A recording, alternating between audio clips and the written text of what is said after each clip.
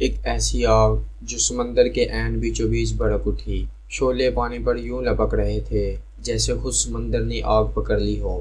دنیا نے اسے آئی آف فائر یعنی آگ کی آنکھ کہا، لیکن اس خوفناک منظر کے پیچھے چھپی ہے ایک طویل کہانی، طوفانوں کی، پائپ لائن کے دھماکوں کی، قرضوں میں ڈوبی ایک کمپنی کی، اور انسان و فطرت کے درمیان اس نازک لکیر کی جہاں طاقت تباہی میں بدل جاتی ہے۔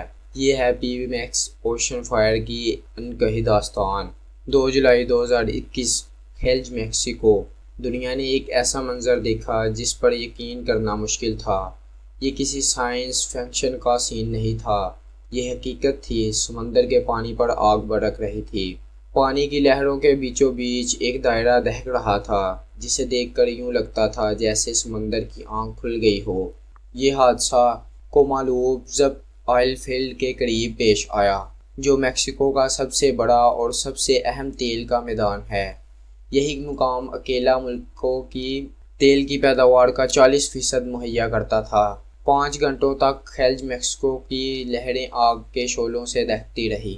میکسیکو کی ریاست تیل کی کمپنی پی میکس نے بیان دیا، یہ آگ گیس پائپ لائن کے پھٹنے سے لگی۔ ان کے مطابق آگ بجھانے والے جہازوں نے پانی کے پائپ، نالیاں اور نائٹروجن استعمال کر کے شعلوں کو قابو کیا۔ لیکن سوال یہ ہے، کیا یہ مکمل سچ تھا؟ کیا کہانی صرف ایک پائپ لائن کے رسواؤں تک محدود تھی؟ میکسیکو کے آئل سیفٹی ایجنسی کے سربراہ اینخل کارڈیسالس نے فوراً پیغام دیا، اس واقعے میں کسی قسم کا تیل نہیں بہا۔ لیکن دنیا بھر کے ماہرین نے شک ظاہر کیا۔ آسٹریلیا کے سائنسدان پروفیسر سائمن جارج نے کہا، ایسی آگ اس وقت تک ممکن نہیں جب تک نیچے سے مسلسل گیس سطح تک نہ پہنچ رہی ہو۔ یعنی وہ شعلے شاید اس گیس کو جلا کر ختم کر رہے تھے جو ورنہ سمندر کو شاید آلودہ کر دیتی۔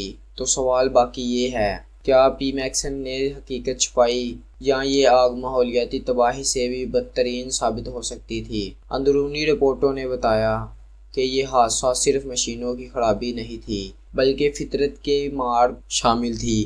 جولائی کی تیز بارش اور بجلی کے طوفان نے پورے علاقے کو گھیر لیا۔ آسمانی کھڑگ نے کومالوب زب آئل فیلڈ کے ٹربو مشینوں کو متاثر کیا۔ یہی وہ لمحہ تھا جہاں ایک سلسلہ وار رد عمل شروع ہوا۔ مشینیں بند ہوئیں، پائپ لائنوں میں دباؤ بڑھا اور آخر کار سمندر پر آگ بھڑک اٹھی۔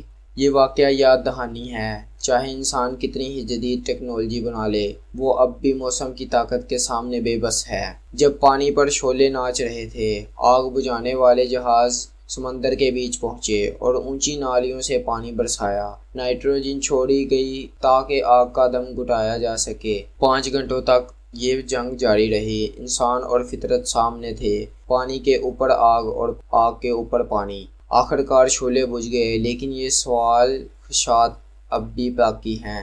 پی میکس کوئی عام کمپنی نہیں، یہ میکسیکو کی معیشت کی ریڑھ کی ہڈی ہے۔